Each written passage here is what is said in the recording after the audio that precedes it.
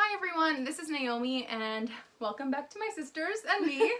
We are doing this little series all together where they're guessing about my book tastes and trying to find things off my shelves, so I'll link those below.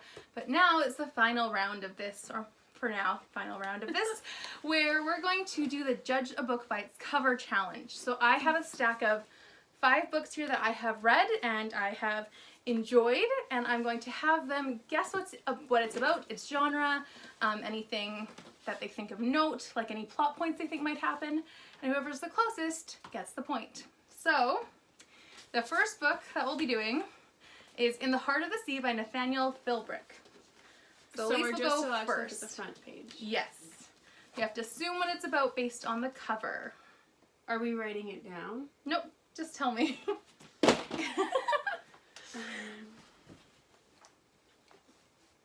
Well, I think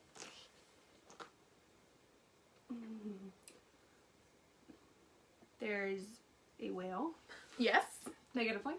Well, it's on the cover.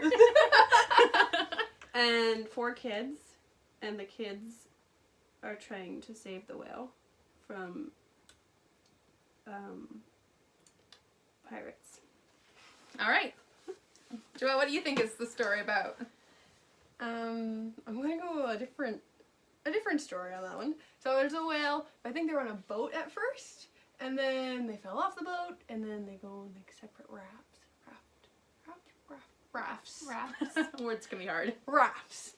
And then it's kind of just like their survival out with a whale around them. All right. So the point actually goes to Joelle on this one. But do I get any points? Well, there's a whale, but there's no kids. It's If the you've story. seen the movie, it's a lot easier. You've to seen know. the movie? I did not know that. That is illegal! She picked a boat. I'm sorry. That's illegal. I'm sorry. This I guy's had head no was- idea. No one. That goes to no one. What? It is the true story behind Moby Dick. 0-0. What? Nice try. Now, has anyone read this? Watched this movie? No. No. Good. It is The Talented Mr. Ripley by Patricia Highsmith. Can she go first this time? Sure. I think this guy is a talented murderer. And well, can I read the quote that's on there? Mm-hmm. But Elise can too. Who is like a very charming person and just has his way with the ladies, I would say. But yeah, in the end, he's an assassin or a murderer of some kind. Okay. Assassin.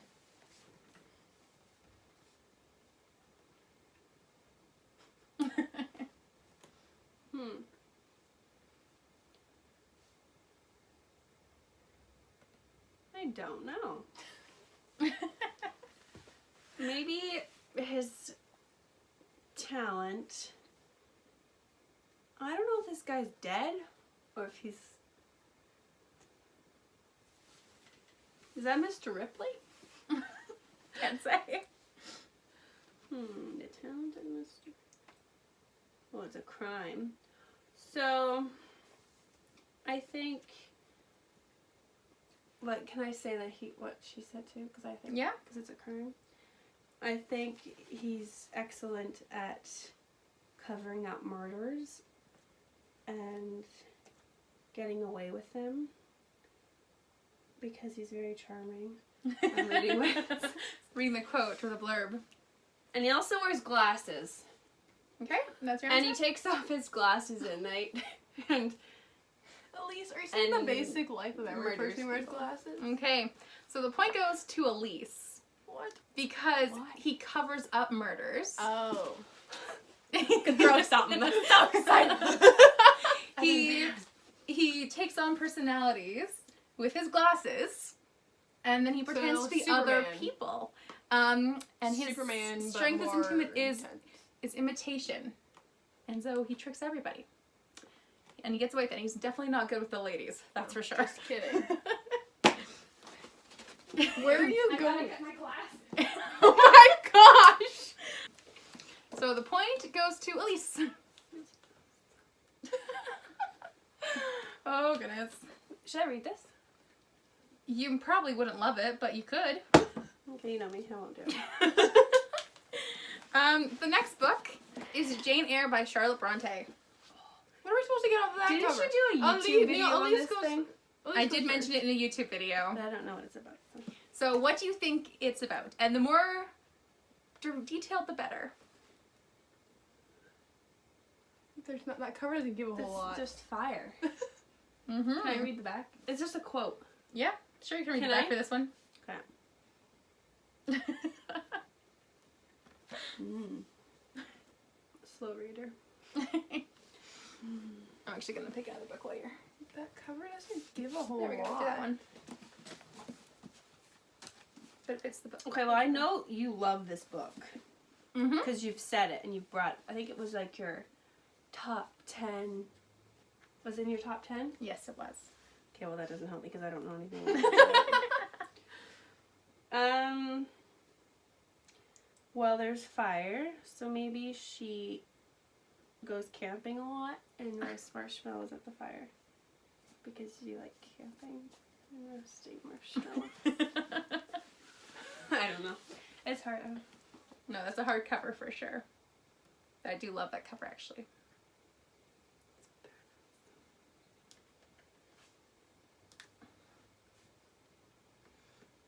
I think that back gives a whole lot. Anyways, the fire's like goes on the school. Anyways, okay. I think, Jane Eyre. Jane Eyre. Jane Eyre, sorry. At some point in her life, there was a fire, whether she started it or someone else started it, and it just happened, and it affected her greatly throughout her life. Real quick. Yeah, that's all I got. So I guess the point goes to Joelle because she doesn't go camping. But then again, she does How do you know? wander along the roads. Is this your story? No. This is a classic about this girl named Jane Eyre who grows up in an abusive home, and then she becomes a governess, and spooky things ensue. Does which fire have- include fire. There we go. Okay. But she does go basically hitchhiking along the road. So that's kind of camping. Not really. You She was can't- going on the about point- marshmallows. the point- But you the can't point out goes to on the Joelle. side of the road. Eating marshmallows? 2-1. Marshmallows mentioned 2-1. in there? Joelle gets the point. The next one is one I just finished and really love. It's 1-1. Yeah, it's 1-1, 1-1. not 2-1. Oh, yes. Because she's a cheat. I'm not a cheat. She Continue. selected the book and she gave it. All right. Well, we did a new one instead. So this one is The Monster Calls by Patrick Ness. You go first this time. I went for the last time. Oh, you did. Sorry. You read this. That looks scary. Mm-hmm. I did read it. A New York Times bestseller. He looks like the Scarecrow from The Wizard of Oz. Okay. Is that true? I'm not saying anything.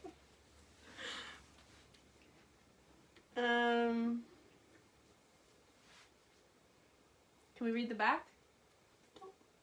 Um, No, because it gives away. I'll I'll read the read it. side. Also, there's a lot more on the cover than on the I last know. one. I just the last don't one's wanna hard. see. I will give you that. Okay, A Monster Calls by Patrick Ness. Well, I think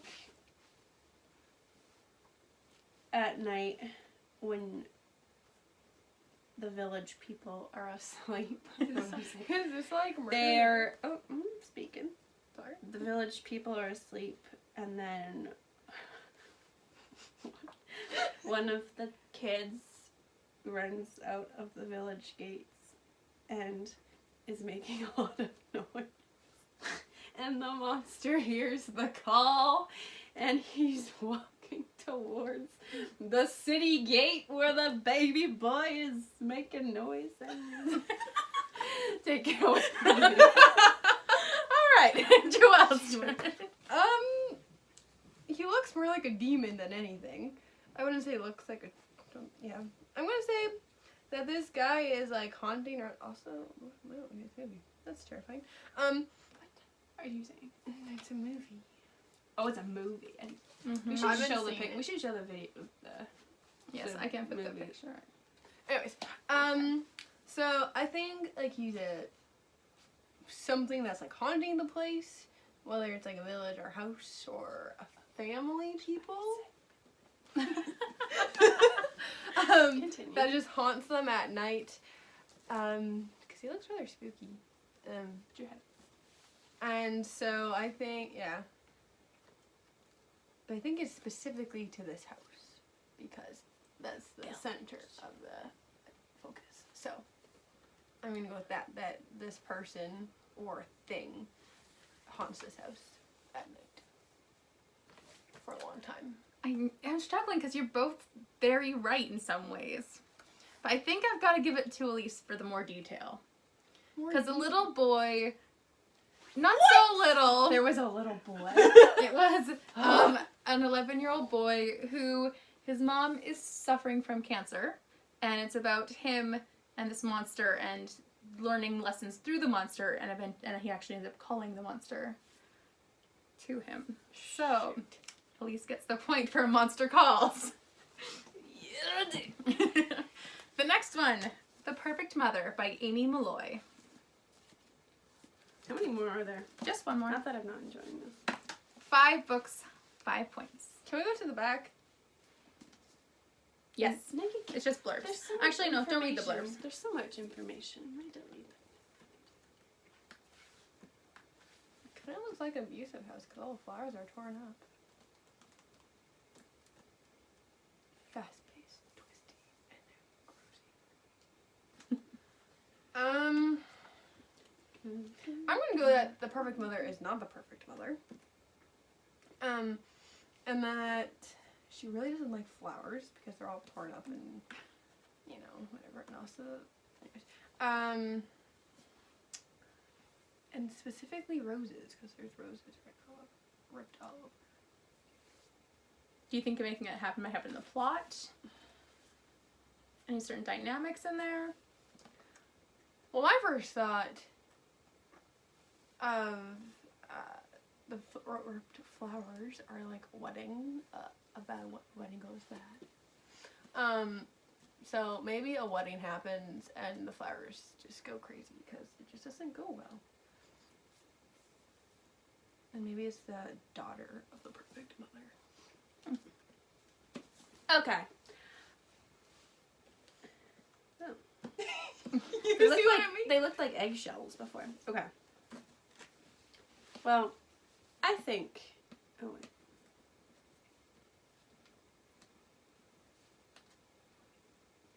Okay, I think this perfect mother, she's a perfect mother to her child or children when her husband is very abusive and he comes home one day and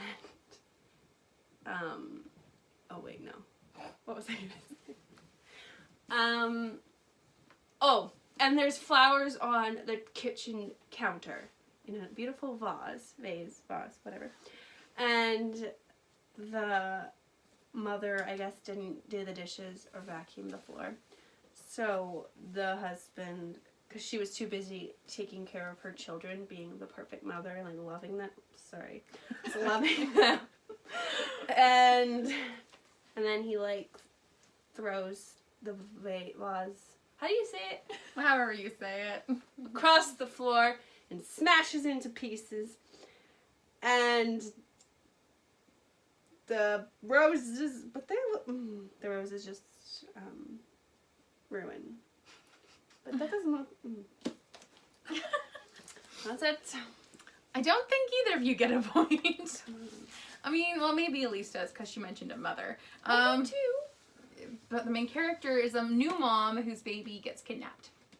Oh, I should have known And from it's about author of all missing girls. And it's about... Was she loving to her daughter? Did she love her daughter? She loved her son. And the little boy was taken, and it's about the new moms group that are trying to solve a mystery. So I think Elise has to get the point because the mother's the main character, not the daughter. Okay. Sorry. So we're at 3-1. So it's... We're such a Wipe competitive that family. Wipe that grin off your face. We're a little competitive. So the last book is The Storyteller by Jodi Picoult. Mm-hmm. So you can look at the back this time. It's just a picture. got a nice ring.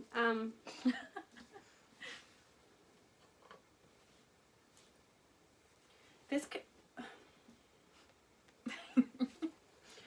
I think what she's doing is this woman's reading old letters from her ancestors and writing stories about them. Final answer. Okay.